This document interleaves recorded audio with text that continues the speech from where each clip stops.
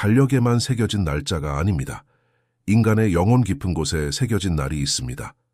2025년 11월 2일이 바로 그날입니다.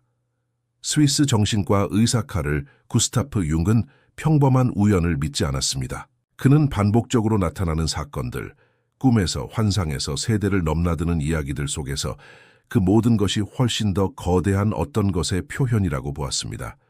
집단 무의식의 살아있는 발현. 최근 몇 주 동안 전 세계의 분석가들이 동일한 꿈에 대한 보고를 받기 시작했습니다. 서로 다른 문화와 인생을 살아온 남성과 여성들이 같은 날짜를 꿈꾸고 있습니다. 같은 상징. 뭔가 일어날 듯한 설명할 수 없는 깊은 느낌. 융은 이것을 거대한 동시성, synchronicity and이라고 불렀을 것입니다. 내면과 외부 세계가 한 지점에서 충돌하며 마치 우주가 속삭이는 듯 말합니다.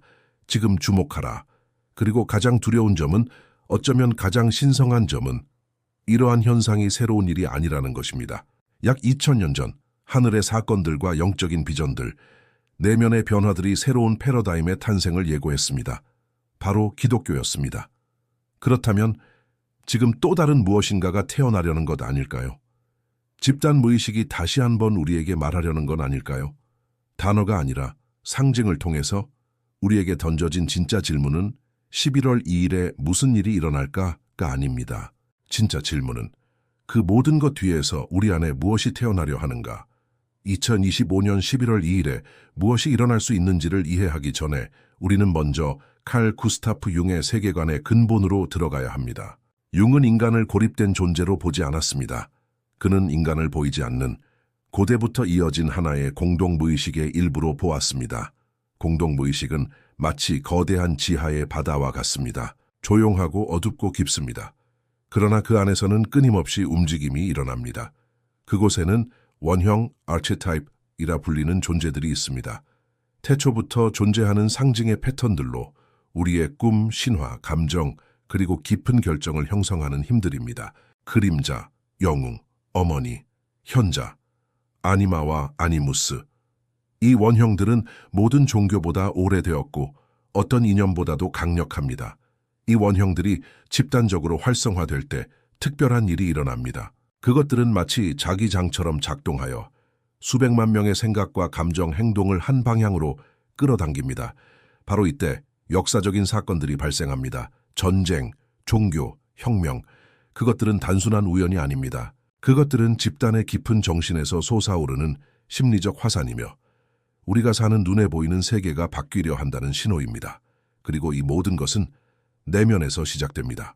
1513년에서 1914년 사이 칼 융은 깊은 불안과 환상 속에 휩싸였습니다. 그는 피로 물든 유럽을 보았습니다.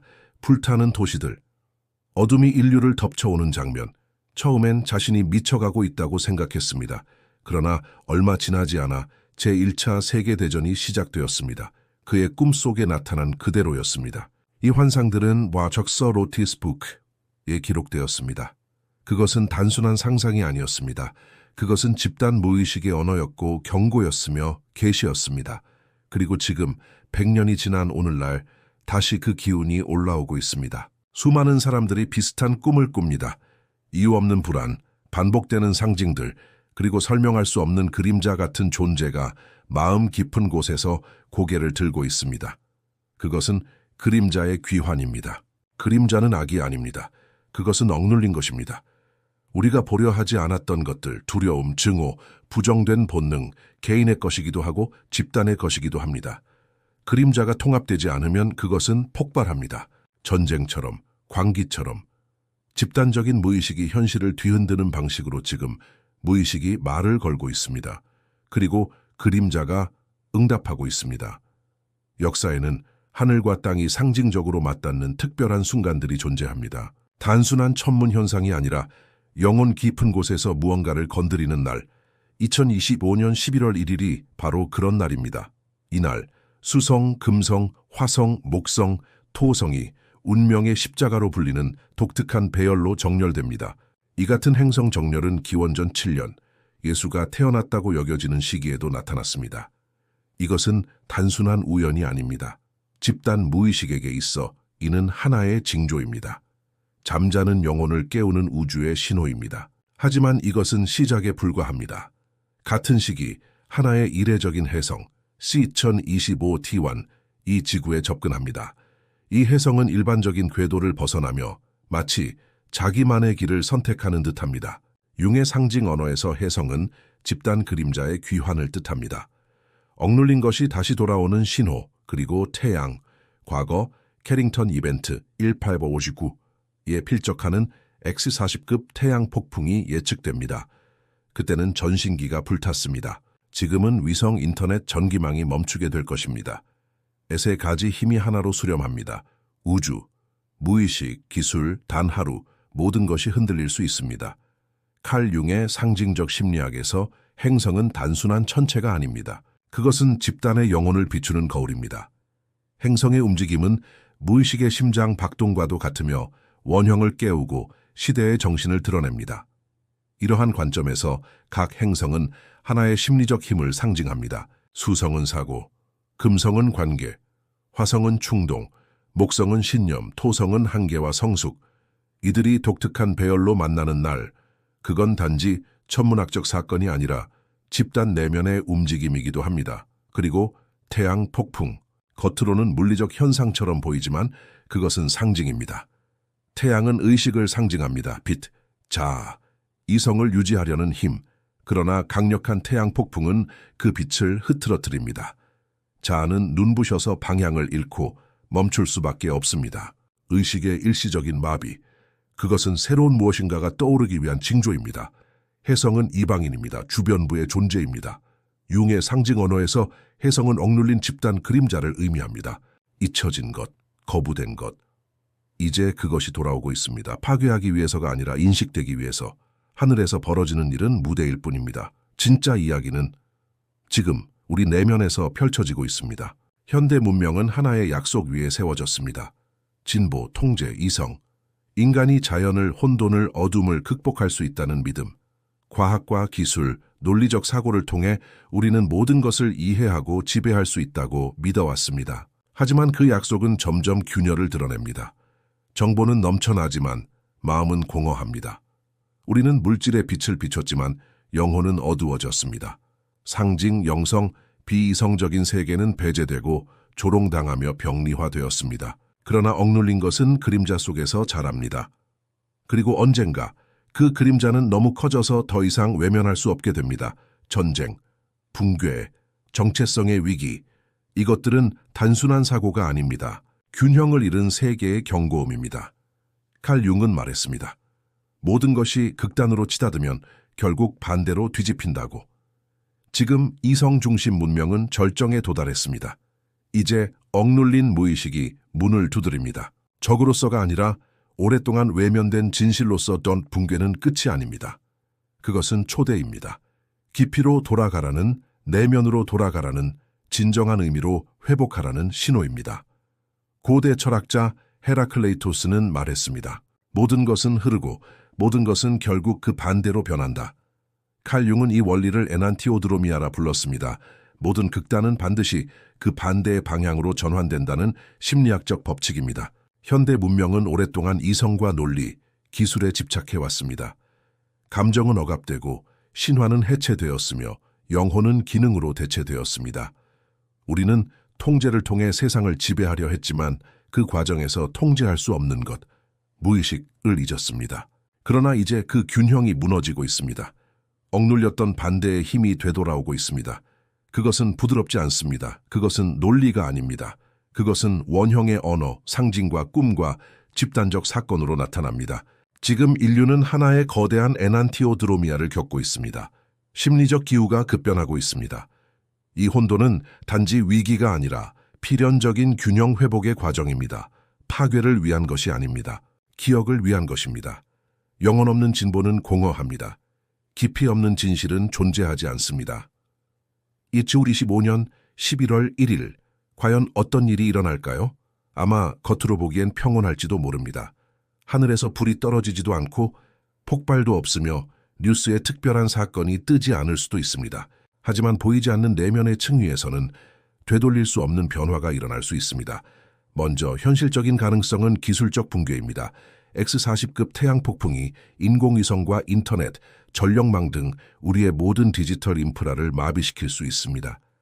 기술의 문제는 곧 정체성의 붕괴로 이어집니다. 우리는 스스로 만든 기계의 자아를 의탁해왔기 때문입니다. 그러나 더 깊은 사건은 심리적이고 상징적인 것입니다. 이날 전 세계적으로 동시성의 파도가 몰려올 수 있습니다. 비슷한 꿈, 같은 상징, 보이지 않는 무의식의 흐름이 우리를 연결합니다. 사람들은 설명할 수 없는 인도를 느끼고 혼자가 아니라는 직감을 받게 될 수 있습니다. 하지만 이 흐름 속에는 위험도 숨어 있습니다. 바로 원형의 압도, 즉 자아의 잠식입니다. 내면의 준비가 되어 있지 않다면 자아는 상징의 힘에 휩쓸릴 수 있습니다. 자신이 영웅이라고 믿으며 위험에 뛰어들거나 파괴자로서 세상을 부정하기도 합니다. 세상의 종말을 외치는 이들과 함께 광신과 맹목적 추종이 퍼질 수 있습니다. 집단 무의식은 경고하지 않습니다. 그저 조용히 속삭입니다. 깨어나라. 아니면 네가 사라진다. 우리는 지난 2000년 동안 물고기 자리의 시대에 살아왔습니다. 믿음의 시대, 희생과 이원성의 시대, 하늘과 땅, 정신과 육체, 선과 악이 나뉘어진 시대, 기독교적 세계관 속에서 고통은 구원의 통로였고 신과의 분리는 존재의 전제가 되었습니다. 하지만 어떤 시대도 영원하지 않습니다. 이제 새로운 문이 열리고 있습니다. 2025년 11월 1일, 그날은 시작일 수 있습니다. 급작스러운 변화라기보다는 영혼의 깊은 지각 변동, 새로운 시대의 진동이 서서히 퍼져나가는 순간입니다. 그것은 바로 물병자리의 시대입니다. 이 시대는 의식의 확장, 연결, 그리고 개인의 자각된 참여를 중심으로 합니다. 직관과 이성은 더 이상 충돌하지 않고 협력합니다.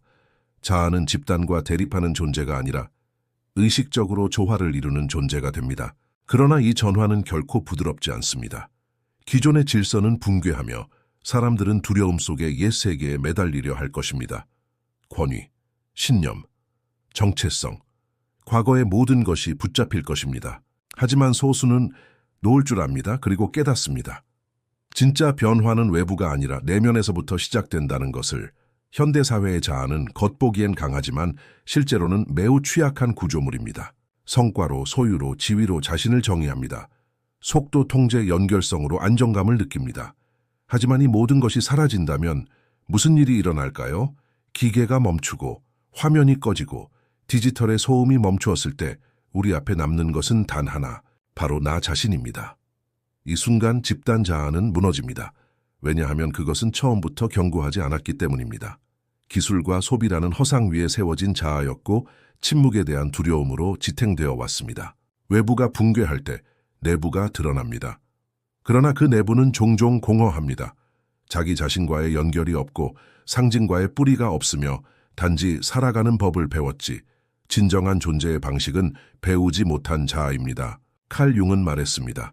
무의식과의 연결 없이 자아는 기반 없는 집과 같다고. 이 붕괴는 단지 공포의 순간이 아닙니다. 오히려 그것은 기회입니다. 처음으로 진지하게 물어보는 시간. 모든 것이 무너졌을 때 나는 누구인가? 세상이 흔들릴 때 진정한 준비는 외부가 아니라 내부에서부터 시작됩니다. 첫 번째는 심리적 준비입니다. 칼 융이 평생 강조했던 여정, 바로 개성화 인디비주에이션의 길입니다. 무의식과 마주하고 그림자를 직면하며 꿈을 진지하게 바라보고 내면의 속삭임을 더 이상 외면하지 않는 것, 억눌린 나의 조각들을 다시 불러오고 상처 입은 내면의 아이에게 귀 기울이며 원형적 상징에게 자리를 내어주되 그 힘에 휩쓸리지 않는 것, 내면의 나침반을 가진 자만이 혼돈 속에서도 방향을 잃지 않습니다. 두 번째는 의식적인 실천적 준비입니다. 두려움이 아닌 명료함에서 시작하는 준비, 공포가 아닌 책임감에서 비롯된 행동입니다. 물, 식량, 빛, 오프라인에서도 연결될 수 있는 방식들, 은둔을 위한 것이 아닙니다. 세상이 흔들릴 때도 의식적으로 깨어있고 행동할 수 있도록 하는 준비입니다. 진짜 준비는 물건보다 태도에 있습니다. 그것은 조용한 선언입니다. 나는 변화에 응답할 준비가 되어 있다. 나는 나 자신을 만날 준비가 되어 있다. 변화의 길을 걷다 보면 누구도 피할 수 없는 순간이 찾아옵니다. 조용하고 외롭고 빛조차 없는 시간. 과거는 이미 무너졌지만 새로운 존재는 아직 태어나지 않은 상태. 수세기 전에 신비주의자들은 이 상태를 이렇게 불렀습니다. 영혼의 어두운 밤. 칼 융은 이 과정을 깊이 이해했습니다. 그는 이것을 자아의 상징적 죽음이라 표현했습니다. 파괴가 아닌 정화의 과정입니다. 눈을 뜨지만 더 나은 삶에서 깨어나는 것이 아닙니다. 오히려 자신이 누구인지 모르는 공간에서 깨어납니다. 익숙한 확신들은 사라지고 역할과 정체성은 무너지고 남는 것은 오직 숨소리 하나, 그리고 아주 조용한 내면의 음성. 네가 되어라, 진짜 너 자신으로. 영혼의 어두운 밤은 우울증이 아닙니다. 실패도 아닙니다. 이것은 통과 의례입니다. 성스러운 공백, 새로운 자아가 잉태되는 자궁입니다. 도망치지 않고 직면하는 용기를 가진 사람은 무너지지 않습니다. 그는 결국 천천히 깊게 진짜로 다시 태어납니다. 외부의 구조가 무너질 때 인간은 무엇보다 자기를 지탱해줄 공간을 필요로 합니다. 두려움이 아니라 통제가 아니라 의식으로 연결된 공간을 칼 융은 말했습니다. 개성화의 길은 철저히 개인적인 여정이지만 결코 고립된 여정은 아니다. 진정한 자아는 타인과의 거울 관계 속에서 깨어납니다. 진실한 대화, 공유된 상징, 두려움을 나누는 용기 안에서. 의식적인 공동체는 종교 집단이 아닙니다. 새로운 이념도 아닙니다. 그것은 단지 인간이 진짜 인간으로 존재할 수 있는 장소입니다. 꿈이 나눠지고 비전이 말해질 수 있으며 투사가 인식되고 되돌려지는 자리, 무의식을 함께 품을 수 있는 공동체 세계가 조각나고 무너질 때 이러한 공동체는 작은 등불이 됩니다. 모두를 구하는 것이 아니라 잊혀진 것을 기억하는 불빛입니다. 우리는 혼자가 아닙니다. 우리는 서로의 거울입니다. 그리고 때로는 빛이 여전히 존재한다는 유일한 증거가 됩니다. 세상이 무너질 때, 말이 힘을 잃고 체계가 붕괴될 때 많은 이들이 되돌아갑니다. 오래된 길로, 종교로, 자아를 넘어서는 무언가 더 큰 존재로. 그렇다면 이 영적 전통들의 진정한 가치는 무엇일까요? 칼 융은 말했습니다. 모든 종교는 상징의 언어입니다. 그것은 집단 무의식이 만든 고대의 지도이며 그 시대 사람들에게 자기 안의 신성을 만나는 길을 제공하는 구조였습니다. 기독교, 이슬람, 불교, 유대교, 힌두교, 다른 옷을 입었지만 그 안에 흐르는 메시지는 하나입니다. 죽음과 부활, 에고의 해체, 자아를 넘어 셀프와 만나는 여정. 문제는 우리가 그 상징을 직역할 때 생깁니다. 종교가 이념이 되고 상징이 절대화될 때 사람들은 싸우기 시작합니다. 더 이상 체험하지 않고 그저 믿기만 하려 합니다. 미래는 새로운 교리를 요구하지 않습니다. 오히려 직접 체험된 신성을 요구합니다. 외부가 아니라 내면에서 일어나는 만남을 형식이 중요한 것이 아닙니다. 그 형식이 변화를 일으킬 수 있는가가 중요합니다. 나라는 존재가 영원의 빛 안에서 자신을 다시 볼 수 있는가, 그것이 핵심입니다. 그림자를 마주하지 않으면 그림자가 우리를 삼켜버립니다. 느리게 오지 않습니다. 은밀하지도 않습니다. 그것은 파도처럼 덮쳐옵니다. 심리적 전염, 집단적 광기. 칼 융은 이미 경고했습니다. 거대한 원형이 집단 무의식에서 솟아오르는데 그것을 받아들일 의식이 준비되어 있지 않다면 그 힘은 맹목적으로 현실에 투사됩니다. 사람을 통해, 집단을 통해, 국가 전체를 통해. 이것은 정치적 위기가 아닙니다. 영혼의 탈선입니다. 지도자처럼 보이는 자들은 사실 지도하지 않습니다. 그들은 무언가에 사로잡혀 있을 뿐입니다. 사이비, 폭력, 극단, 분열됨. 대중은 거대한 투사판이 됩니다. 진짜 그림자를 보기 싫으니까 적을 만들어냅니다.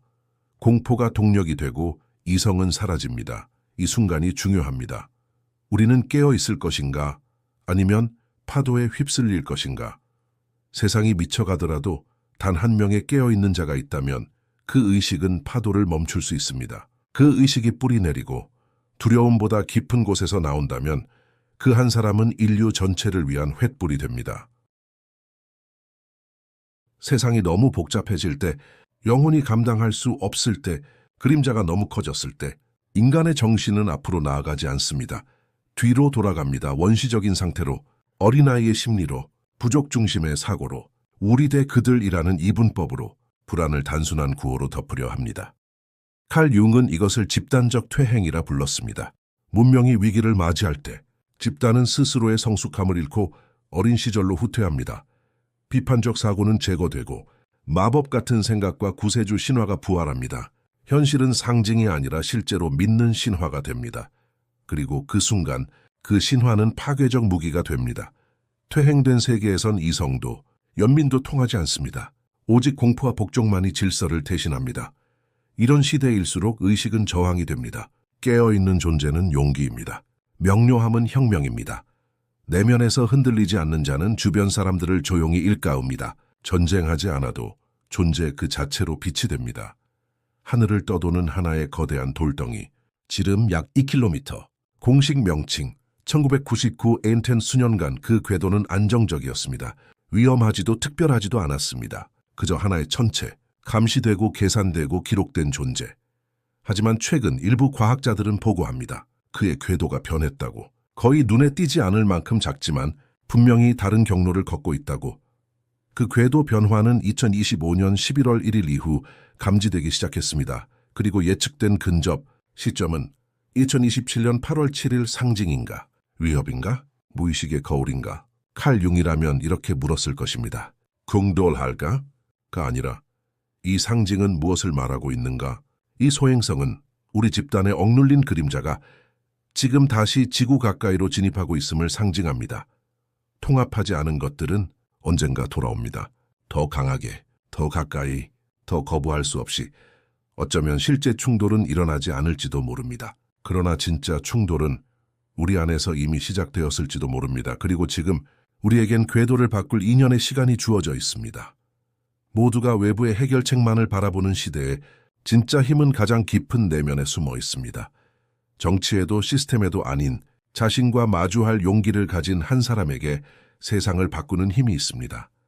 칼 융은 거듭 강조했습니다. 자신의 그림자를 직면하고 무의식을 통합하고 의식적으로 살아가는 개인 한 사람은 집단 전체의 장을 바꾼다 소리로 세상을 바꾸지 않습니다. 존재 자체로 바꿉니다. 설득으로 이끄는 것이 아니라 깊이로 이끌어갑니다.